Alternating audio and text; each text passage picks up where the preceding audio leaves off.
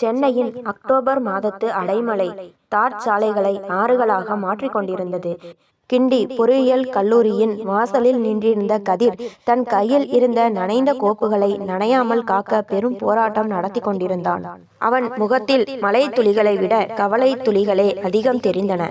காரணம், பொறியியல் கணிதம் 3 முறை முயற்சித்தும் கைகூடாத அந்த அரியர்ஸ் அவன் பட்ட படிப்புக்கே ஒரு முற்றுப்புள்ளி வைத்து விடுமோ என்ற அச்சம் அவனை ஆட்கொண்டிருந்தது. ஒரு புதிய முகவரி. தம்பி, இந்த மாலதி மேடம் வீடு எதுன்னு தெரியுமா என்று பக்கத்து கடைக்காரரிடம் விசாரித்து கொண்டே காகிதத்தில் இருந்த முகவரியை பார்த்தான். அதோ அந்த மஞ்சள் நிற வீடுதான்.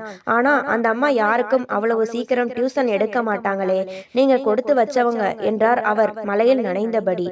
கதிர் அந்த வீட்டின் கேட்டை திறந்தான். பழைய காலத்து பங்களா பாணி வீடு. சுவரெங்கும் படர்ந்திருந்த முல்லை கொடிகளும் ஈரமான மண் வாசமும் ஒருவித அமைதியை தந்தன. கதிர் அழைப்பு மணியை அழுத்தினான். சிறிது நேரத்தில் கதவு திறக்கப்பட்டது. அங்கு நின்றிருந்தார் மாலதி. வெளிரிய நீல நிற பருத்தி புடவை, நெற்றியில் ஒரு சிறிய பொட்டு, களைப்பில்லாத ஆனால் ஏதோ ஒரு பாரத்தை சுமக்கும் கண்கள். அவர் முகத்தில் இருந்த அந்த அமைதி கதிரை ஒரு நிமிடம் மெய் மறக்க செய்தது. வீட்டில் மெல்லிய சந்தன வாசனையும் பக்தி பாடலும் ஒலித்து கொண்டிருந்தது. யார் நீங்க? மாலதியின் குரல் மிக மென்மையாக அதே சமயம் அழுத்தமாக இருந்தது. மேடம், என் பேரு Kathir. College final year, maths 3. ரொம்ப கஷ்டமா இருக்கு. உங்களை பத்தி ப்ரொஃபசர் சொன்னாரு. நீங்க தான் எனக்கு கடைசி நம்பிக்கை என்று மூச்சு விடாமல் சொல்லி முடித்தான். தயக்கமும் சம்மதமும். மாலதி அவனை ஏற இறங்க பார்த்தாள். அவன் சட்டையில் இருந்து மழைநீர் சொட்டி கொண்டிருந்தது. உள்ளே வா என்றார் சுருக்கமாக. வீட்டின் வரவேற்பறை மிக நேர்த்தியாக இருந்தது. ஆனால் அந்த வீட்டின் சுவர்களில் இருந்த மௌனம் அவனுக்கு ஏதோ ஒன்றை சொல்ல முயல்வது போல் இருந்தது. ஒரு மூலையில் பெரிய புத்தக அலமாரி. அதில் கணித புத்தகங்களும் கவிதைகளும் வரிசை கட்டி நின்றன. கணிதம் என்பது வெறும் எண்கள் கிடையாது கதிர், அது ஒரு ஒழுங்கு. அந்த ஒழுங்கு உனக்குள்ள இருந்தா கணக்கு தானா வரும் என்றார் மாலதி. கதிர் பிரமிப்புடன் பார்த்தான். இதுவரை அவனுக்கு கணிதம் என்பது தலைவலி.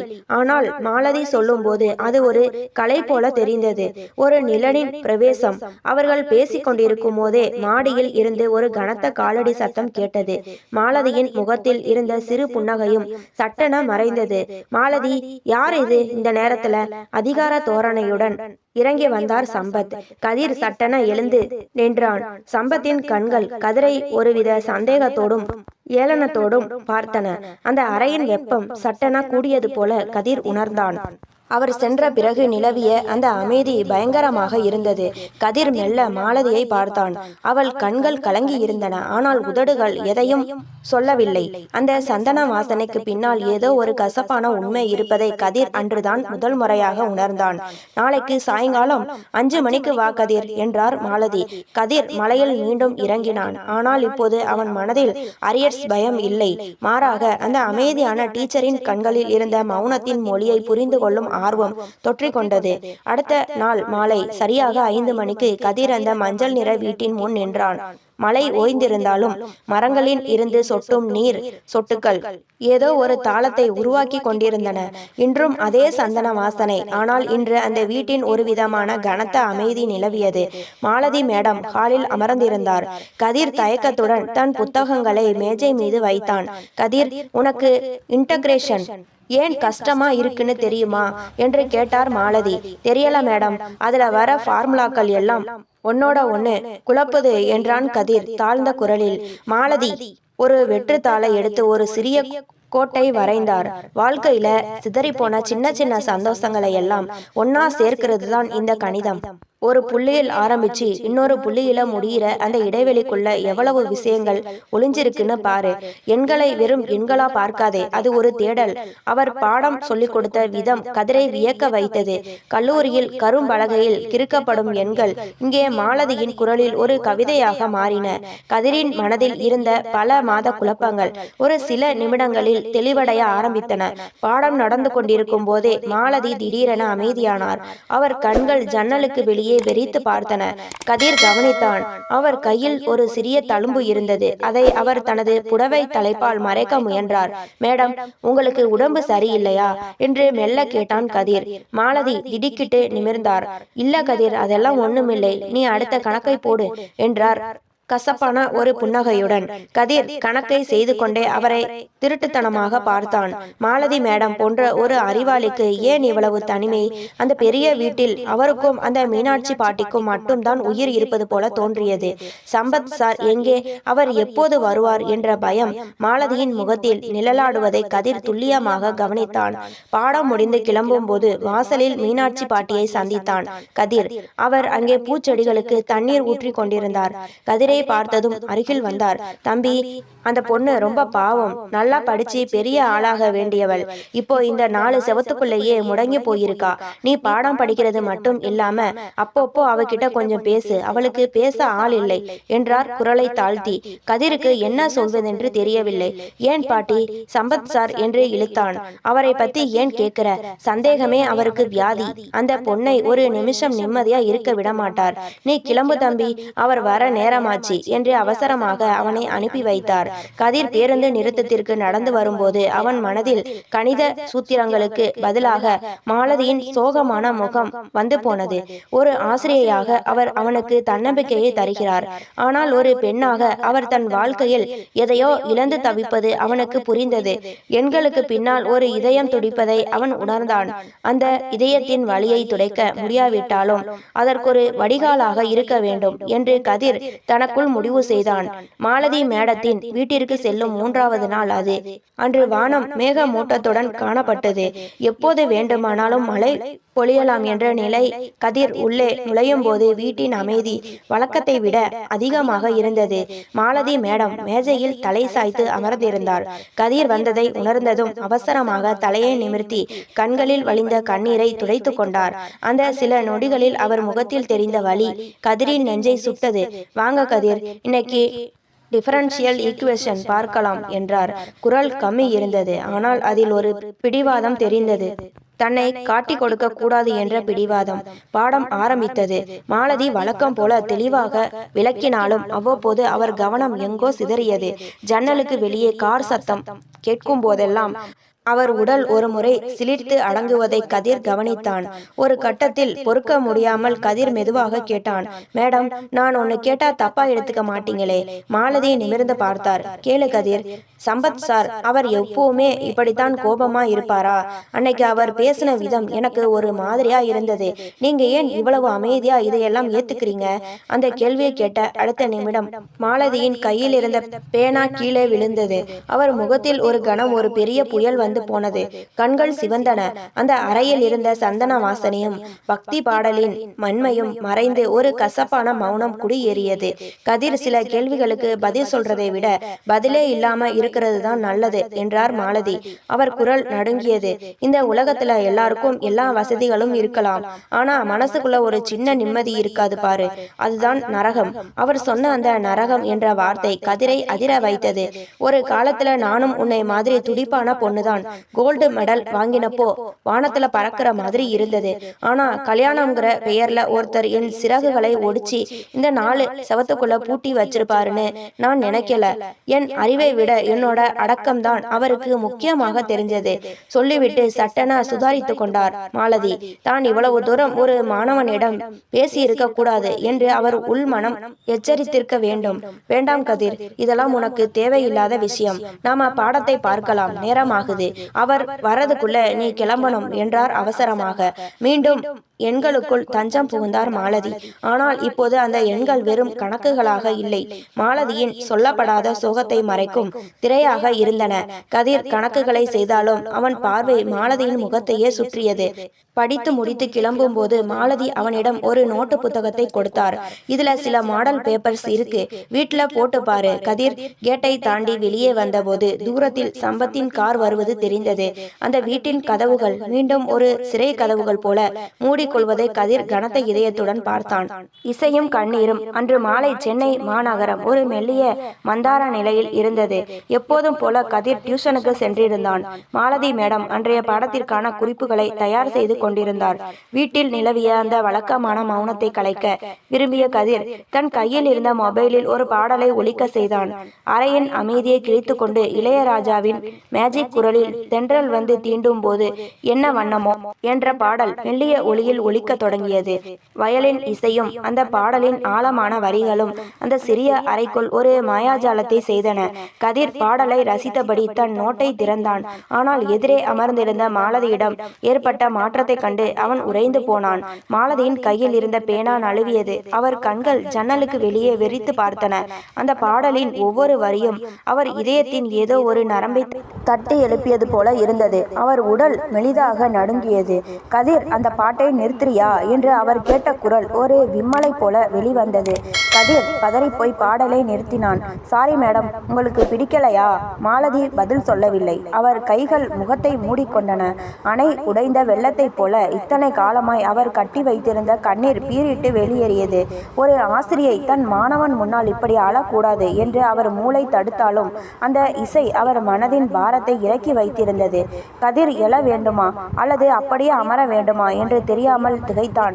மேடம் ப்ளீஸ் அழாதீங்க, நான் வேணும்னு செய்யல. சிறிது நேரம் கழித்து மாலதி தன் முகத்தை துடைத்து கொண்டு நிமிர்ந்தார். அவர் கண்கள் சிவந்திருந்தன. ஆனால் அதில் ஒரு தெளிவு தெரிந்தது. இந்த சத்தம், இந்த இசை, இது எனக்கு பிடிக்கும் கதிர், ரொம்ப பிடிக்கும். ஆனா இந்த வீட்டில் இசைக்கு இடம் இல்லை.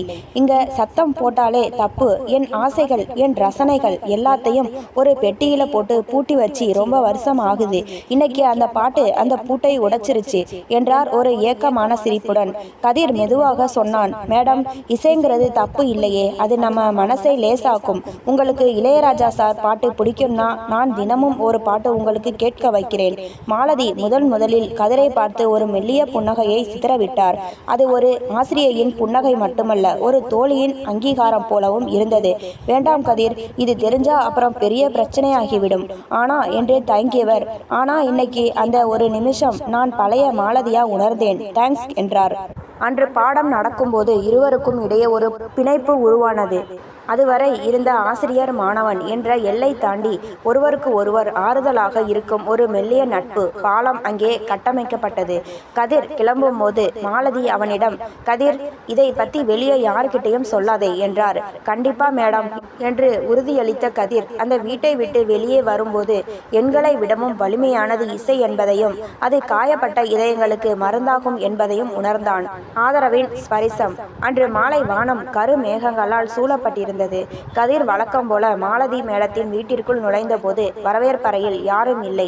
ஆனால் உள்ளே இருந்த ஒரு அறையிலிருந்து மாலதியின் தேம்பிய குரலும் மறுமுனையில் சம்பத்தின் அதட்டலான சத்தமும் கேட்டது. இல்லைங்க, நான் எதுவும் தப்பா செய்யல. அந்த பையன் டியூஷனுக்கு மட்டும்தான் வரான். நீங்க ஏன் இப்படி பேசுறீங்க? மாலதியின் குரலில் கெஞ்சலும் நடுக்கமும் கலந்திருந்தது. சம்பத்தின் குரல் போனில் ஸ்பீக்கர் வழியாக வெளியே கேட்கும் அளவிற்கு சத்தமாக இருந்தது. மரியாதையா சொல்றேன், கேட்டுக்கோ. இனிமே அவன் வர்றது எனக்கு பிடிக்கல. உனக்கு எதுக்கு தேவையில்லாத வேலை? நான் கொடுக்கிற காசு உனக்கு பத்தலையா? இல்ல வேற ஏதாவது ஆசையா? அவர் பேசிய வார்த்தைகள் ஒரு பெண்ணின் சுய மரியாதையை கிழித்து போடுவது போல் இருந்தன. மாலதி போனை வைத்துவிட்டு சோபாவில் அமர்ந்து விம்மி விம்மி அழத் தொடங்கினார். கதிர் அங்கு நிற்பதை அவர் கவனிக்கவில்லை. கதிர் மெதுவாக அவர் அருகில் சென்றான். அவனது கையில் ஒரு தண்ணீர் டம்ளர் இருந்தது. மேடம், தண்ணி குடிங்க என்றான் மிக தாழ்ந்த குரலில். மாலதி திடுக்கிட்டு நிமிர்ந்தார். தன் கண்ணீரை துடைக்க கூட தோன்றாமல் ஒரு குழந்தையைப் போல ஏறிட்டு பார்த்தார். கதிரின் கண்களில் தெரிந்த அந்த பரிதாபமும் அக்கறையும் அவரை இன்னும் பலவீனமாக்கியது. கதிர், நீங்க எப்ப வந்தீங்க? சாரி நான் என்று தடுமாறினார். எல்லாத்தையும் கேட்டுட்டேன் மேடம். அவர் ஏன் உங்ககிட்ட இப்படி நடந்துக்கிறார்? நீங்க ஒரு தப்பும் செய்யலையே என்றான் கதிர் துணிச்சலாக. மாலதி பதில் சொல்ல முயன்றார். ஆனால் வார்த்தைகளுக்கு பதில் விம்மல்களே வந்தன. திடீரென்று ஒரு ஆதரவற்ற நிலையில் அவர் கதிரின் கைகளை தஞ்சம் தேடுவது போல பற்றி கொண்டார். அந்த தொடுதல், அது ஒரு ஆணின் மீதான ஈர்ப்பு அல்ல. கடலில் மூழ்கி கொண்டிருப்பவன் ஒரு சிறு துரும்பை எட்டி பிடிப்பது போன்ற ஒரு செயல். கதிரின் கைகளை அவர் அழுத்தி பிடித்தபோது கதிர் ஒரு அதிர்வை உணர்ந்தான். அந்த ஸ்பரிசத்தில் பல வருட தனிமை, சொல்ல முடியாத சித்திரவதை, ஒரு பாதுகாப்பற்ற ஆன்மாவின் அபயக்குரல் என அனைத்தும் அடங்கி இருந்தது. என்னை இந்த உலகத்துல யாருமே புரிஞ்சுக்கல கதிர்.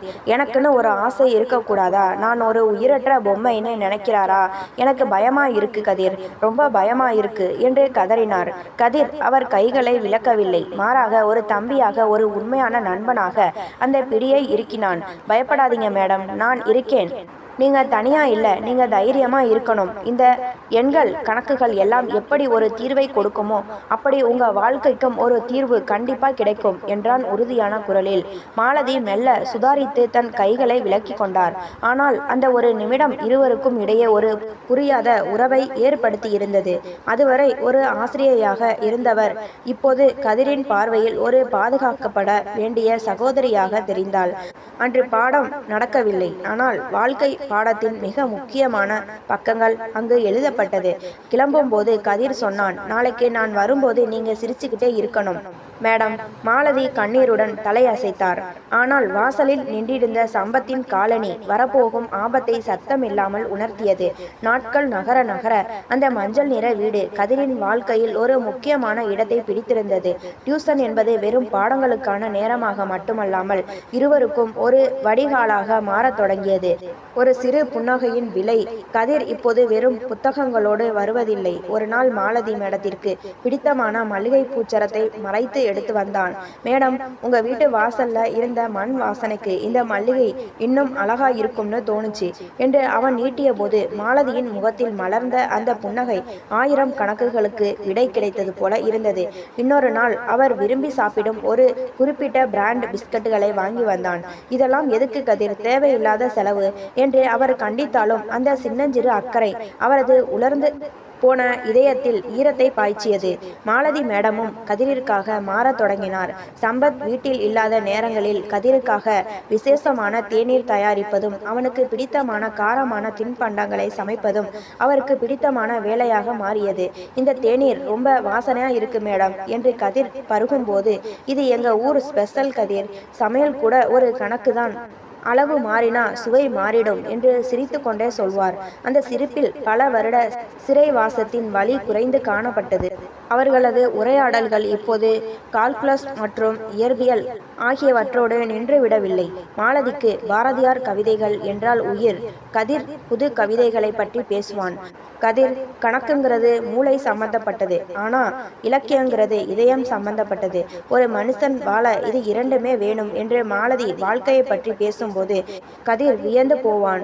இவ்வளவு அறிவும் ஆற்றலும் கொண்ட ஒரு பெண் ஒரு அதிகார குணமுள்ள மனிதனிடம் சிக்கி தவிப்பது அவனுக்கு பெரிய அநீதியாக தெரிந்தது. நீங்க ஏன் மேடம் ஒரு ஸ்கூல்லையோ காலேஜ்லையோ வேலைக்கு போகக்கூடாது? உங்களோட திறமைக்கு நீங்க பெரிய இடத்துல இருக்கணும் என்று கதிர் கேட்ட ஒரு நிமிடம் மாலதியின் முகம் மீண்டும் வாடியது. என் சிறகுகள் இங்கே வெட்டப்பட்டு கிடக்கின்றன கதிர். இந்த 4 செவத்தை தாண்டி என் நிழல் கூட வெளியே போகக்கூடாதுங்கிறது தான் அவரோட கட்டளை என்றார் சோகமாக. ஆனாலும் கதிரின் வருகை மாலதிக்கு ஒரு புதிய நம்பிக்கையை தந்தது. அவன் கொண்டு வரும் பூக்களும் அவன் காட்டும் அக்கறையும் அவளுக்கு தான் இன்னும் ஒரு மனுஷி என்ற உணர்வை தந்தது. அன்று கிளம்பும் போது கதிர் ஒரு புத்தகத்தை கொடுத்தான். இது ஜெயகாந்தனோட நாவல், படிச்சு பாருங்க மேடம், உங்களுக்கு பிடிக்கும். மாலதி அதை வாங்கி தன் சேலை தலைப்பிற்கு அடியில் மறைத்து வைத்து கொண்டாள். அது ஒரு ரகசிய ஒப்பந்தம் போல இருந்தது. அந்த வீட்டில் எண்கள், இலக்கியம் மற்றும் ஒரு மெல்லிய நட்பு என ஒரு புதிய உலகம் உருவாகி கொண்டிருந்தது. ஆனால் வெளியே கேட் திறக்கும் சத்தம் கேட்டது. சம்பத் திரும்பி வந்து விட்டார். கார் மேகம். மாலதி மேடத்தின் வீட்டை நோக்கி செல்லும் போதே கதிரின் மனதில் ஏதோ ஒரு இனம் புரியாத தயக்கம் இருந்தது. அன்று வானம் கருநீல நிறத்தில் கனத்து காணப்பட்டது. அந்த தெருவின் முனையில் திரும்பிய போது மேடத்தின் வீட்டு வாசலில் நின்றிருந்த அந்த கருப்பு நிற விலை உயர்ந்த கார் கதிரின் இதய துடிப்பை எகிர வைத்தது. அது சம்பத்தின் கார். கேட்டை திறந்து உள்ளே நுழையும் போதே வழக்கமான அந்த சந்தன வாசனைக்கு பதிலாக சிகரெட் புகையின் நெடியும் ஒரு விதமான இறுக்கமும் காற்றை சுற்றி கொண்டிருந்தன. வரவேற்பறையில் சம்பத் காலின் மேல் கால் போட்டு அமர்ந்திருந்தார். அவர் கையில் ஒரு மது கோப்பை இருந்தது. மாலதி ஒரு மூலையில் தலையை குனிந்தபடி நின்றிருந்தார். அவர் முகம் வெளுத்து போயிருந்தது. கதிரை கண்டதும் அவர் கண்களில் ஒரு எச்சரிக்கை மின்னியது. கதிர், இன்னைக்கு வேணாம், நீ கிளம்பு என்று அவர் சொல்ல தொடங்கும் முன்பே சம்பத்தின் குரல் இடி போல ஒலித்தது. ஓ, இவன்தானா அந்த மேக்ஸ் புலி? சம்பத் எழுந்து கதிரை நோக்கி மெல்ல நடந்தார். அவர் கண்கள் கதிரின் கையில் இருந்த புத்தகங்களையும் அவன் அணிந்திருந்த சாதாரண உடையையும் ஏளனமாக பார்த்தன. தம்பி, உன் பேரு கதிர் அப்படிதானே? இந்த பொறியியல் படிப்பு படிக்கிறவங்களுக்கு எல்லாம் அறிவை விட திமிர் அதிகமா இருக்குமோ, இல்ல என் பொண்டாட்டி சொல்லி கொடுக்கிற விதம் உனக்கு ரொம்ப பிடிச்சிருக்கோ என்று அவர் கேட்ட விதத்தில் ஒரு கேவலமான உள்நோக்கம் இருந்தது. சார், நான் படிக்கிறதுக்காக மட்டும்தான் வரேன் என்றான் கதிர் குரலில் நடுக்கத்தை மறைக்க முயன்றபடி. படிக்கிறதுக்கா? இல்ல அவகிட்ட பரிதாபம் தேடிக்கிறதுக்கா? உன்ன மாதிரி பசங்களை எனக்கு நல்லா தெரியும். அடுத்தவங்க வீட்டு விவகாரத்துல மூக்கை நுழைக்கிறது தான் உங்க வேலையா?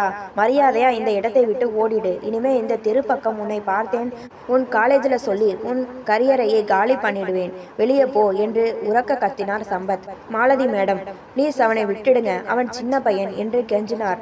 ஆனால் சம்பத் அவர் கையை பலமாக பிடித்து இழுத்து தள்ளினார். அவமானத்தில் கதிரின் முகம் சிவந்தது. அவன் கண்கள் கலங்கின. மாலதி மேடத்தின் அந்த பரிதாபமான நிலையை பார்த்தபோது அவனுக்கு ஆத்திரமும் அழுகையும் ஒரு சேர வந்தது. அங்கிருந்து ஓடி வருவதை தவிர அவனுக்கு வேறு வழி தெரியவில்லை. அன்று இரவு கதிர் தன் அறையில் படுத்திருந்தோம். அவனால் கண்களை மூட முடியவில்லை. மின் விசிறியின் சத்தம் அவனுக்கு சம்பத்தின் அந்த ஏளன சிரிப்பையும் மாலதி மேடத்தின் மௌனமான அழுகையையும் நினைவுபடுத்தியது. அவர் எப்படி மேடத்தை அப்படி தள்ளலாம்? அவர் ஒரு ராட்சசன் என்று கதிர் தனக்குள் குமுறினான். மாலதி மேடம் இப்போது என்ன செய்து கொண்டிருப்பார்? அந்த இருண்ட வீட்டில் சம்பத்தின் கோபத்திற்கு அவர் எப்படி ஆளாகி இருப்பார்? ஜன்னலுக்கு வெளியே கார் மேகங்கள் திரண்டு மழை பெய்ய தொடங்கியது. ஆனால் கதிரின் மனதில் பெய்து கொண்டிருந்த துயர மழை சென்னையில் மழையை விடவும் அதிக பாதிப்பை ஏற்படுத்தி கொண்டிருந்தது. தான் ஒரு மாணவனாக மட்டும் இல்லாமல் ஒரு மனிதனாக அவருக்கு ஏதாவது செய்தே ஆக வேண்டும் என்ற எண்ணம் அவன் உறக்கத்தை கலைத்தது. சம்பத்தின் எச்சரிக்கைக்கு பிறகு அந்த மஞ்சள் நிற வீட்டின் கதவுகள் கதிரின் முன்னே நிரந்தரமாக மூடப்பட்டது போல தோன்றியது. ஆனால் கதிரின் கால்கள் அவனையும் அறியாமல் தினமும் அந்த தெருவை சுற்றி வந்தன. ஒரு மாணவனாக பாடம் கற்க சென்றவன் இன்று ஒரு ஆசிரியையின் உயிருக்காக துடிக்கும் பாதுகாவலனாக மாறி நின்றான். அன்று இரவு வழக்கத்தை விட இருள் அதிகமாக இருந்தது. கதிர் அந்த வீட்டின் பின்னால் இருக்கும் சந்து வழியாக சென்று மதில் சுவருக்கு அருகில் நின்றான். உள்ளே இருந்து சம்பத்தின் கர்ஜனை கேட்டது. நிறைய படிக்க வச்சது என் தப்புடி. ஒரு பொடியன் கிட்ட உன் குறையை சொல்லி அழுற அளவுக்கு உனக்கு தைரியம் வந்துடுச்சா? சம்பத்தின் குரலில் மதுவின் போதையும் வன்மமும் கலந்திருந்தது. தொடர்ந்து ஒரு பலமான சத்தம், ஏதோ ஒரு கண்ணாடி பொருள் உடைந்து சிதறும் ஓசை. அதை தொடர்ந்து மாலதியின் மெல்லிய அலறல். கதிரின் இதயம் ஒரு கணம் நின்று துடித்தது. அவன் கைகள் அந்த மதில் சுவரை பலமாக பற்றி கொண்டன. சுவரேறி குதித்து உள்ளே சென்று அந்த மனிதனை தடுத்து நிறுத்த வேண்டும் என்று அவன் ரத்தம் கொதித்தது. கண்ணுக்கு தெரியாத விலங்குகள். ஆனால் அவன் கால்கள் நகர மறுத்தன. அவன் மனதில் 1000 கேள்விகள் மின்னலாய் ஓடின. நான் உள்ளே போய் என்ன செய்ய போகிறேன்? அவன் மேல் கை வைத்தால் சமூகம் என்னை எப்படி பார்க்கும்? ஒரு மாணவன் தன் ஆசிரியையின் வீட்டுக்குள் அத்துமீறி நுழைந்தான் என்று பழி சுமத்துவார்களே. என் வயது என்ன? அவன் அதிகாரம் என்ன? அவனது 20 வயது துடிப்பை சமூகம் மற்றும் வயது என்ற கண்ணுக்கு தெரியாத விலங்குகள் கட்டி போட்டிருந்தன. தான் வெறும் ஒரு மாணவன் மட்டுமே என்ற யதார்த்தம் அவனை ஒரு பலவீனமானவனாக மாற்றியது. மாலதி மேடத்தின் கௌரவம் தன் கையில்தான் இருக்கிறது என்பதும், தான் உள்ளே நுழைந்தால் அது அவருக்கே அவ பெயராக முடியும் என்பதும் அவனை தடுத்தது. அவன் மதில் சுவருக்கு பின்னால் அமர்ந்து அழத் தொடங்கினான். உள்ளே சித்திரவதை நடப்பது அவனுக்கு தெரிகிறது. ஆனால் ஒரு சட்ட ரீதியான அதிகாரமோ அல்லது சமூக அங்கீகாரமோ இல்லாததால் அவனால் ஒரு கல்லை கூட எறிய முடியவில்லை. சுவர்களுக்குள் ஒரு சிறை. அந்த சிறைக்குள் மாலதி உடல் ரீதியாக பந்தாடப்படுகிறாள். வெளியே கதிர் மன ரீதியாக சிதைக்கப்படுகிறான். சற்று நேரத்தில் வீட்டின் விளக்குகள் அணைந்தன. சம்பத்தின் கார் இரைச்சலுடன் கிளம்பி சென்றது. கதிர் மெதுவாக எழுந்து ஜன்னல் வழியாக பார்த்தான். இருண்ட அறைக்குள் மாலதி தரையில் அமர்ந்து ஜன்னல் கம்பிகளை பிடித்து கொண்டு வெளியே வெறித்து பார்த்து கொண்டிருந்தார். அவர் கண்களில் தெரிந்த அந்த வெறிச்சோடிய பார்வை என்னை யாராவது காப்பாற்ற மாட்டார்களா என்ற அபய குரலை மௌனமாக ஒலித்து கொண்டிருந்தது. கதிர் தன் கைகளை இறுக்கி கொண்டான். இந்த விலங்குகளை உடைக்கும் காலம் வெகு தொலைவில் இல்லை என்று அவன் மனம் சபதம் எடுத்தது. அந்த சிறிய பூங்காவின் ஒரு மூலையில் முருங்கை மரங்கள் நிழல் பரப்பியிருந்த பெஞ்சில் கதிர் அமர்ந்திருந்தான். நெஞ்சுக்கூட்டில் ஒரு பதற்றம் குடிக்கொண்டிருந்தது. மீனாட்சி பாட்டி கொடுத்த தகவலின்படி மாலதி மேடம் இன்று கோவிலுக்கு செல்வதாக சொல்லிவிட்டு இங்கே வருவதாக திட்டம். சிறிது நேரத்தில் ஒரு சாதாரண காட்டன் புடவையில் தலையில் முக்காடு இட்டது போல போர்த்தி கொண்டு மாலதி வருவதை கண்டான். அவர் முகம் வெளிரி போய் கண்கள் அழுது அழுது வீங்கி இருந்தன. அவர் அருகில் வந்து அமர்ந்ததும் கதிர் அதிர்ச்சியில் உறைந்தான். அவர் கழுத்தில் ஒரு கருப்பு தழும்பு தெரிந்தது. மேடம், இது என்று அவன் கை நீட்ட அவர் அவசரமாக தன் புடவை தலைப்பால் அதை மறைத்து கொண்டார். கதிர், நாம் இங்கே சந்திப்பது தெரிந்தால் அவர் என்னை கொன்றே விடுவார் என்று மாலதி நடுங்கும் குரலில் சொன்னார். அவர் உன்னையும் என்னையும் சேர்த்து வச்சு பேசுற விதம், அதை சொல்லக்கூட என் நாக்கு கூசுது கதிர். நீ என் தம்பி மாதிரி, என் மாணவன். ஆனா அவரோட அழுக்கான புத்திக்கு இது எதுவுமே புரியல. நான் உன்னை பார்க்கிறது ஏதோ ஒரு பெரிய தப்பு மாதிரி சித்தரிக்கிறார். மாலதியின் கண்ணீர் அவர் கன்னங்களில் வழிந்தோடியது. என் படிப்பை முடக்கிட்டார், என் வேலைக்கு தடையாக இருந்தார். இப்போ எனக்கு கிடைச்ச இந்த ஒரு சின்ன ஆறுதலையும் கொச்சையா பேசி அழிச்சிடுவார் போல இருக்கு. எனக்கு வாழவே பிடிக்கல கதிர். மாலதியின் வார்த்தைகள் ஒவ்வொன்றும் கதிரின் இதயத்தில் ஈயத்தை காய்ச்சி ஊற்றியது போல இருந்தது. அவனது ஆசிரியையாக தெரிந்தவர் இப்போது ஒரு தஞ்சம் தேடும் பறவையாக அவனது கண் முன்னே சிதைந்து கொண்டிருப்பதை பார்க்க அவனால் முடியவில்லை. மேடம், தயவு செஞ்சு அப்படி சொல்லாதீங்க. அவர் ஒரு நோயாளி. அவரோட பேச்சை கேட்டு நீங்க ஏன் அழணும்? கதிர் அவர் கைகளை பற்ற துடித்தான். ஆனால் சமூகத்தின் கண்கள் அவனை தடுத்தன. என்னால இனிமே இங்கே வர முடியாது கதிர். இதுதான் நமக்கான கடைசி சந்திப்பா இருக்கட்டும். நீ உன் படிப்புல கவனம் செலுத்து. என் சாபம் என் கூடவே போகட்டும் என்றார் மாலதி எழுந்து நிற்க முயன்றபடி. கதிர் சட்டென அவர் புடவை தலைப்பை பற்றி கொண்டான். இல்லை மேடம், என்னை பிரியாதே. உங்களை இந்த நரகத்துல விட்டுட்டு என்னால நிம்மதியா இருக்க முடியாது. நீங்க இல்லாம எனக்கு கணிதம் வராது, வாழ்க்கை புரியாது. நான் உங்களை எப்படியாவது காப்பாற்றுவேன். ப்ளீஸ் என்னை விட்டு போயிடாதீங்க என்று ஒரு குழந்தையைப் போல கெஞ்சினான். கதிரின் கண்களில் தெரிந்த அந்த உண்மையான அக்கறையும் அன்பும் மாலதியை ஒரு நிமிடம் ஸ்தம்பிக்க வைத்தது. தன் வாழ்நாளில் சம்பத்திடமிருந்து வராத ஒரு பாதுகாப்பு உணர்வை இந்த 20 வயது இளைஞனின் கண்களில் அவர் கண்டார். கதிர், இது ஆபத்து என்று அவர் எச்சரித்தாலும் அவர் கண்களில் ஒரு மெல்லிய நம்பிக்கை மின்னியது. ஆபத்தோ அழிவோ உங்களை மீட்காம நான் விடமாட்டேன் மேடம் என்றான் கதிர் உறுதியாக. தூரத்தில் ஒரு கார் ஹாரன் சத்தம் கேட்க மாலதி திடுக்கிட்டார். நான் கிளம்புறேன், ஜாக்கிரதை கதிர். மாலதி வேகமாக நடந்து மறைந்தார். கதிர் அந்த வெற்று பெஞ்சில் அமர்ந்து காற்றில் கரைந்த அவரது வாசனையை சுவாசித்தபடி ஒரு பெரிய முடிவுக்கு தன்னை தயார் செய்து கொண்டான். மழை பெய்து ஓய்ந்த ஒரு மதிய வேளை.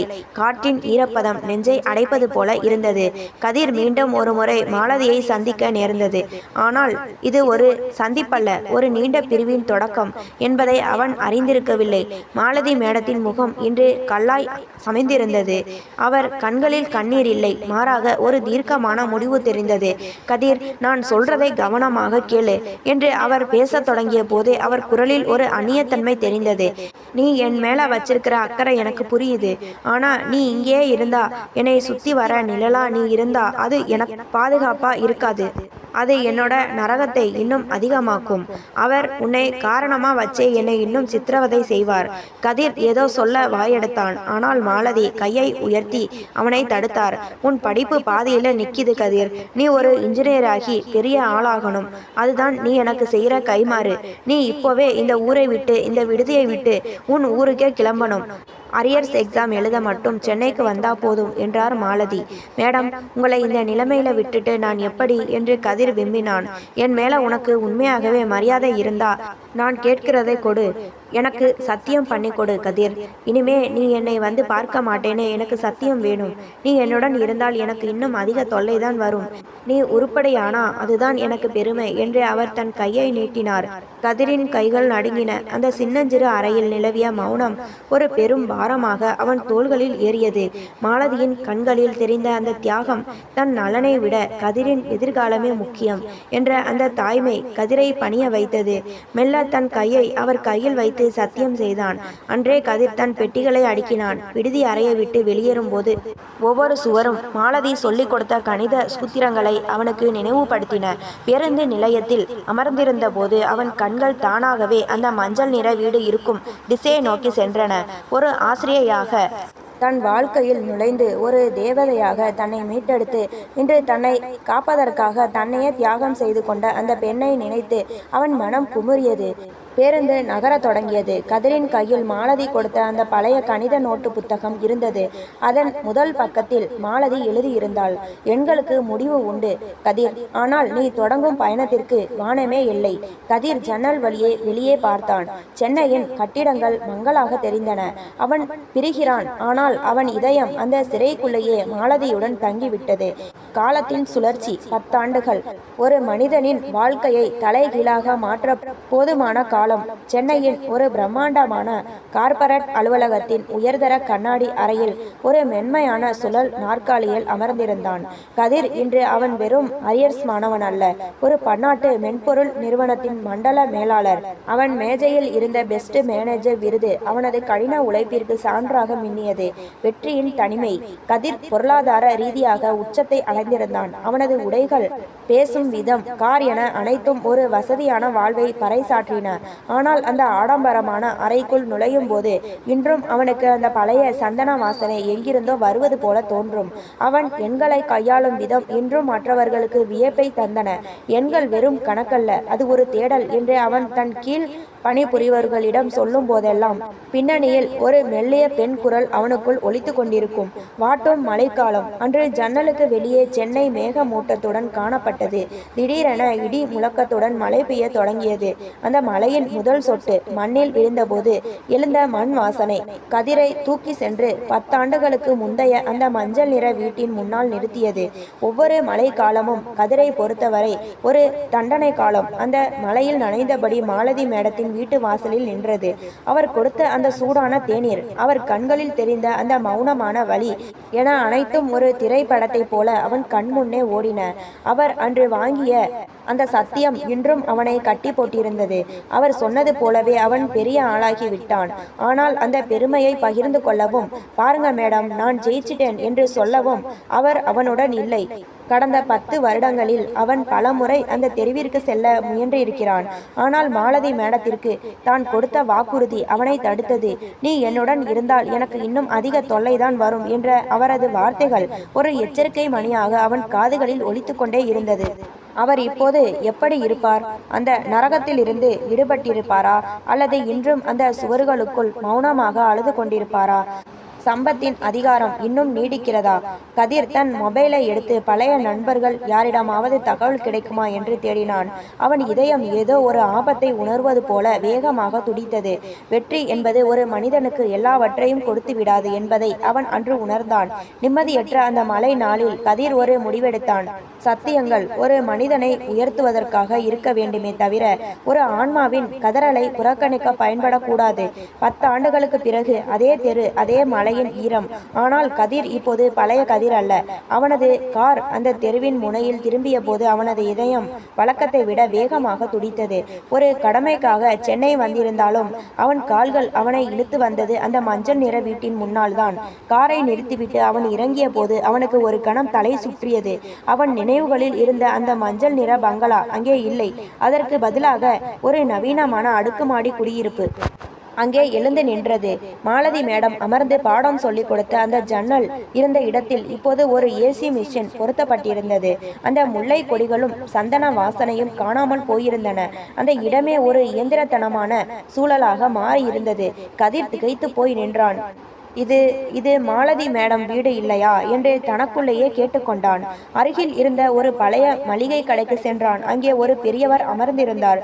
10 ஆண்டுகளுக்கு முன் கதிரிடம் முகவரி சொன்ன அதே கடைக்காரர் அவர்.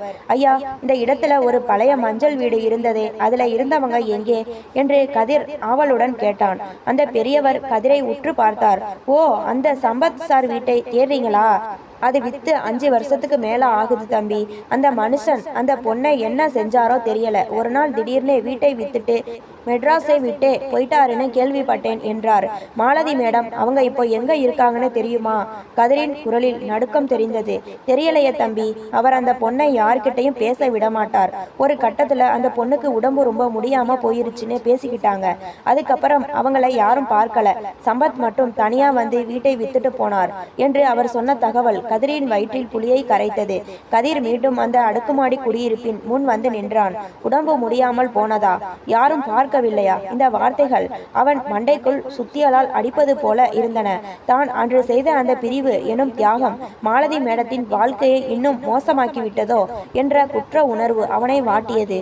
தான் பெரிய ஆளாக வேண்டும் என்பதற்காக ஒரு ஜீவனை அந்த அரக்கனிடம் அப்படியே விட்டுவிட்டு சென்றது எவ்வளவு பெரிய தவறு என்று அவன் உணர்ந்தான். மேடம், நீங்க எங்கிருந்தாலும் நான் உங்களை கண்டுபிடிப்பேன். இந்த முறை நான் சத்தியத்துக்காக உங்களை விட்டு போக மாட்டேன் என்று அவன் தனக்குள் உறுதி பூண்டான். அவன் கையில் இருந்த மொபைலை எடுத்து தனக்கு தெரிந்த அனைத்து செல்வாக்கையும் பயன்படுத்தி சம்பத்தின் தற்போதைய இருப்பிடத்தை தேடத் தொடங்கினான். தேடல் இப்போது ஒரு லட்சியமாக மாறி இருந்தது. பழைய வீட்டின் நினைவுகள் கதிரை அலைக்கழிக்க அவன் இறுதியாக மீனாட்சி பாட்டியின் புதிய முகவரியை கண்டுபிடித்து சென்றான். அவர் இப்போது ஒரு சிறிய முதியோர் இல்லத்தில் தங்கியிருந்தார். கதிரை பார்த்ததும் அந்த முதிர்ந்த கண்களில் அடையாளம் தெரிந்த மின்னல் ஒன்று மறைந்தது. தம்பி, கதிரா, இது எவ்வளவு வளர்ந்துட்ட, பெரிய ஆளாயிட்ட போல இருக்கு என்று பாட்டி தழுதழுத்த குரலில் சொன்னார். பாட்டி, மாலதி மேடம் எங்கே? அவங்க எப்படி இருக்காங்க? சம்பத் சார் வீட்டை வித்துட்டு போயிட்டாராமே? கதிர் அடுக்கடுக்கான கேள்விகளை முன்வைத்தான். அவன் உள்ளம் ஏதோ ஒரு விபரீதத்தை எதிர்பார்த்து காத்திருந்தது. மீனாட்சி பாட்டி ஒரு நீண்ட பெருமூச்சை வெளிப்படுத்தினார். அவர் கண்கள் கலங்கின. அவளை பத்தி ஏன் தம்பி கேட்கிற? அவ இந்த உலகத்துல பட்ட நரகம் போதாதுன்னு அந்த ஆண்டவன் அவளை தன்னோடவே கூட்டிட்டு போயிட்டான். மாலதி செத்து போய் 3 வருஷம் ஆகுது தம்பி என்றார். கதிருக்கு அந்த ஒரு நிமிடம் பூமி பிளப்பது போல இருந்தது. காதுகளில் இரைச்சல் ஓடியது. இறந்துட்டாங்களா? எப்படி பாட்டி? அவங்களுக்கு என்ன ஆச்சு என்று கதறினான். பாட்டி அவன் கைகளை பற்றி கொண்டார். உன்னை அனுப்பி வச்சதுக்கு அப்புறம் அவளோட வாழ்க்கை இன்னும் மோசமாச்சு தம்பி. அந்த மனுஷன் அவளை ஒரு அறையில பூட்டி வச்சார். அவரோட சந்தேகம் ஒரு வியாதியா மாறிடுச்சு.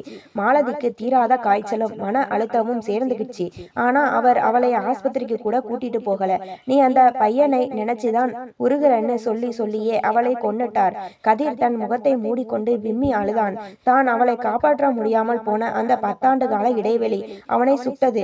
ஆனா தம்பி, அவ சாகர வரைக்கும் உன்னை பத்தி தான் பேசிட்டு இருந்தா என்று பாட்டி தொடர்ந்தார். அவளோட கடைசி காலத்துல நான் திருட்டுத்தனமா அவளை பார்க்க போவேன். அப்போதெல்லாம் என்கிட்ட, கதிர் இப்போ பெரிய இடத்துல இருப்பான் பாட்டி. அவன் கையில அந்த பேனாவை பிடிச்சிட்டு கணக்கு போடுறதை பார்க்கும்போது ஒரு ராஜகுமாரன் மாதிரி இருப்பான். அவன் நல்லா இருக்கணும். நான் பட்ட கஷ்டம் எதுவும் அவனுக்கு தெரியக்கூடாதுன்னு சொல்லுவான். பாட்டி தன் சேலை தலைப்பிற்குள் வைத்திருந்த ஒரு சிறிய காகிதத்தை கதிரிடம் நீட்டினார். இதை அவ சாகிறதுக்கு ஒரு வாரத்துக்கு முன்னாடி என் கிட்ட கொடுத்து, கதிர் என்னைக்காவது வந்தா இதை அவன் கிட்ட கொடுத்துடுங்கன்னு சொன்னா.